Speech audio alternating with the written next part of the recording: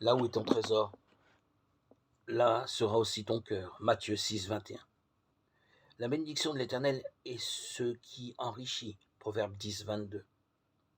Chrétien, quel est notre rapport avec la prospérité et les richesses?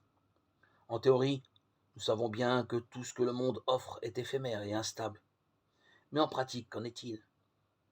Il se pourrait bien que les décennies d'aisance que nous venons de vivre, du moins dans les pays occidentaux, aient influencé nos vies. Nous ont-elles pas souvent poussé insensiblement à nous habituer à nos aises et à notre confort qui peuvent devenir de véritables obstacles à notre vie spirituelle? Déjà l'apôtre Paul écrivait: ordonne à ceux qui sont riches dans le présent siècle de ne pas être hautains, de ne pas mettre leur confiance dans l'incertitude des richesses, mais en Dieu, lui qui nous donne toute richesse pour en jouir. Qu'il fasse du bien, qu'il soit riche en bonne œuvre, qu'il soit prompt à donner, généreux, s'amassant comme trésor, un bon fondement pour l'avenir, afin de saisir ce qui est vraiment la vie. 1 Timothée 6, 17, 19. La Bible nous donne des exemples comme celui de Moïse.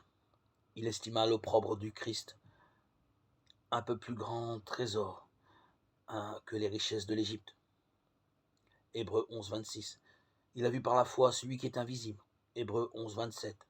Aujourd'hui, les immenses richesses de sa grâce nous sont présentées dans sa bonté envers nous, dans le Christ Jésus qui est venu des cieux pour nous sauver. Éphésiens 2, 7.